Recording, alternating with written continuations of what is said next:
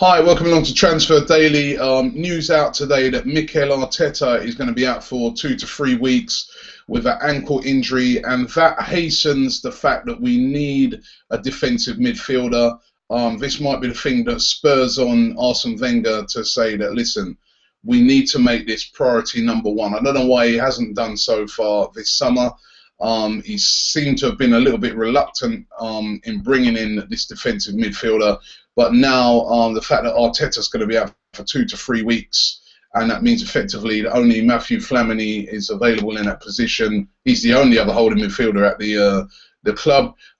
Means that he's going to have to hopefully fly into action. So taking a look at some of the targets around at the moment in the so-called sales at the moment. Now listen, we've had a look at all these targets before, and all of them have been linked again today with moves to Arsenal. Kicking off with our all-time friend for the whole summer, Sami Khedira, again being linked with a move to Arsenal today. It's said that Arsenal now are looking to even though they sort of were not interested in signing him, they're again now starting to look at it with interest, thinking to himself, well, listen, we might have to move for this guy because Arteta's out, we've got important games coming up, and he is available, and he may be willing to drop down off of the high wages that he wanted, so he's available again. Carvalho, William Carvalho, Daily Star reporting that Arsenal actually bid £20 million for Carvalho, and this was turned down by Sporting Lisbon. Sporting Lisbon, a club that financially not in good shape.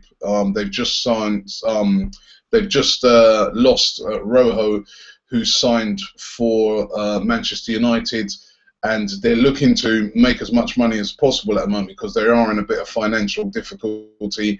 So again, Carvalho, if Arsenal have bid for him already, it could be that they may go back in with an improved bid for him.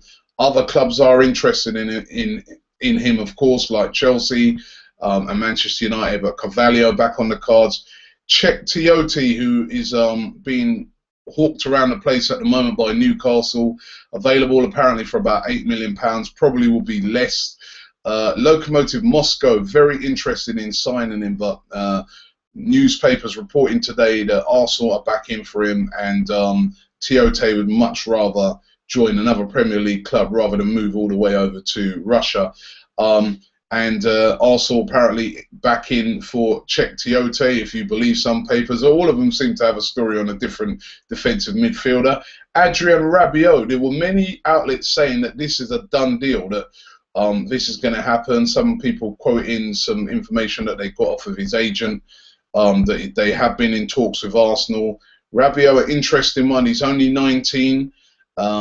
Very well thought about Paris Saint-Germain, his current club, but he wants regular football, so he wants to move now. Again, linked to Arsenal, a deal that's a possibility that it could happen.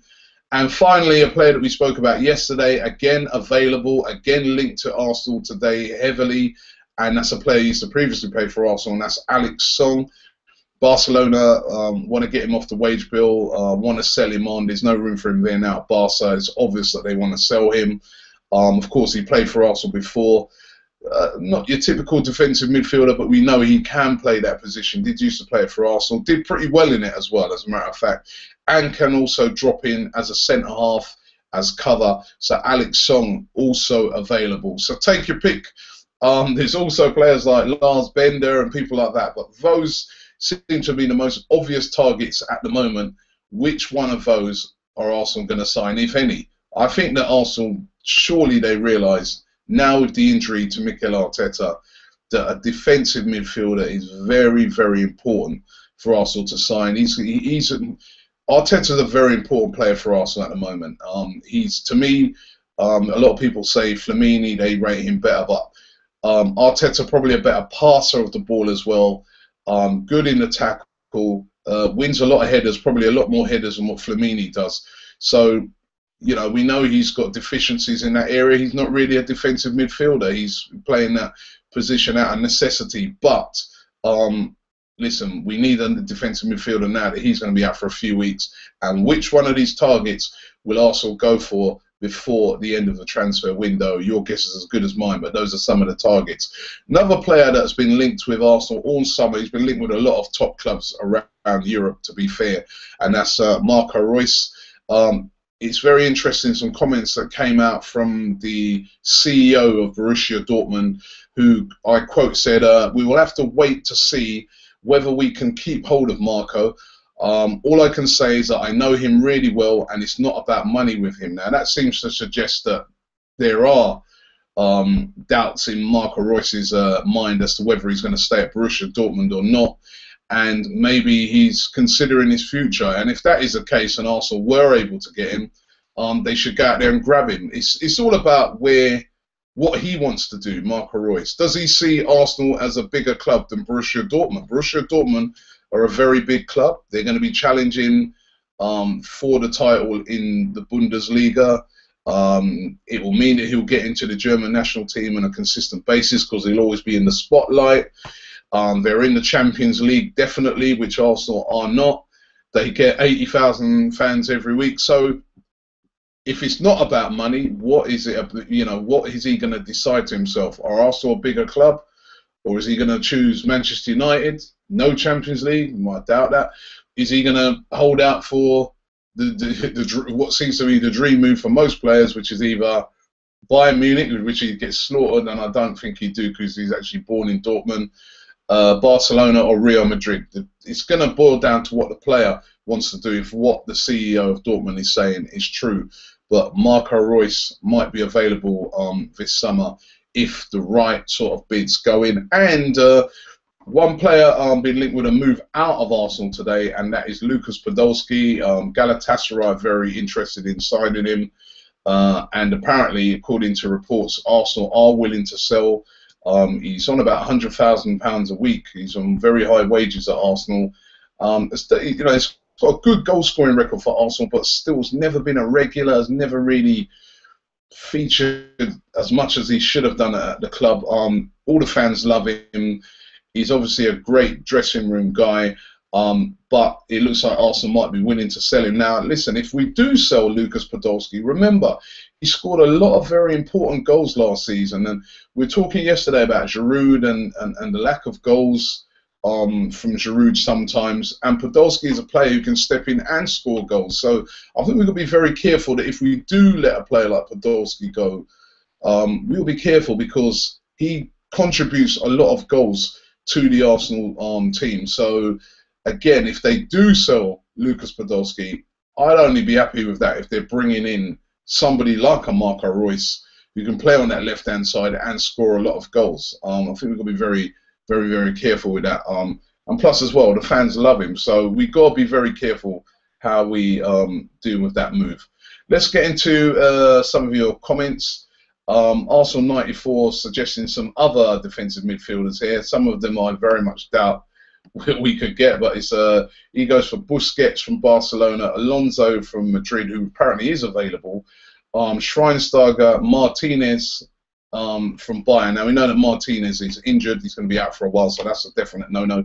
Busquets, can't see Barcelona selling Busquets, and yes, Alonso is available, but he's starting to knock on a bit. I'm not sure if Wenger will be wanting to go for him.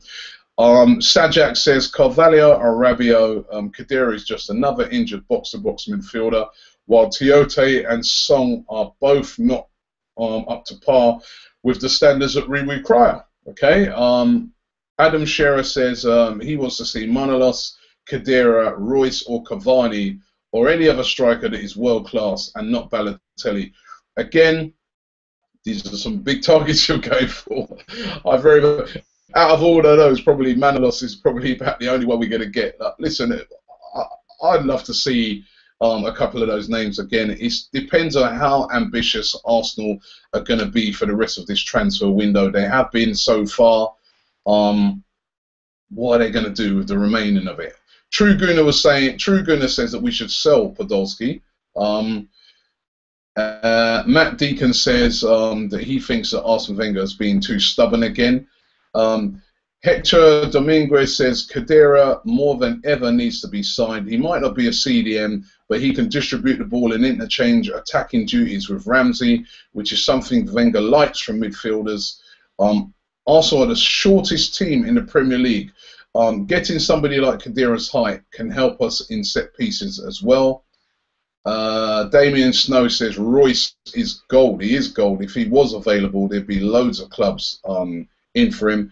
Eric Lima says, if we can't get Sami Khedira, why not Xavi Alonso? Again, I think Xavi Alonso would be a bit too old. Ahmed Hussein says, I don't see how Podolski can possibly perform worse than Giroud up front. We've seen when he comes in, Podolski, and tries to play that position that Giroud plays. It doesn't really suit him. He's not that great with his back to the goal, Podolski. When he's running in on goal, clinical player. But with his back to goal, not as good as Giroud, definitely. Jeffrey and Anthony said we need a striker, a CDM, and a centre back. Then we can bring the title home. Listen, I think nearly every fan out there is you know, would love to see us do that. Would love to see us bring in players of that calibre. Ed Cam, Royce, Falcao, Cavani, Martinez. You guys are getting greedy today. You really are getting greedy. Ali Ashai says Balotelli finishes all of his chances, even on his off days. That is why I think we should. He would be good for Arsenal. He would have finished some of the chances that Giroud missed against Besiktas. Ashbinek Lowell says, I like Panjic from Roma, great player in front of the defence due to his passing skills. Again, I'm not sure if they'd be willing to sell him. He's a top player. Ahmed Hussein also says Royce isn't even the type of striker we need. Damien Snow says if we sell Podolski, we need a world-class replacement, and that is definitely true. KHY Conqueror 1999 saying we should get Royce because he's so efficient on the left, much more than Santi Cazorla. I'm going to just do the last one here. El Mino, I hope I pronounced that right. He says, I'm thinking of getting Mbia and Song. I'm playing Mbia as a second backup centre-back and CDM and Song as a starter as well as Manolas. Again, a lot of cheap options there. Listen, we've got the money. Let's go out there and spend it on one of these top-class defensive midfielder targets that are out there. There's a lot of players. Out of all those, the one that I was hearing being heavily linked to Arsenal yesterday was Rabiot. And again, he's not, you know, we're being told that Khedira, Wenger doesn't see him as a holding midfielder, more as a box-to-box. That's what Rabiot is. And yesterday, I was hearing that he's the most likely out of all of those to come in. But we're going to have to watch this space and see what happens. But definitely, now that Arteta's out for a couple of weeks, we definitely need to sign a defensive midfielder. Definitely.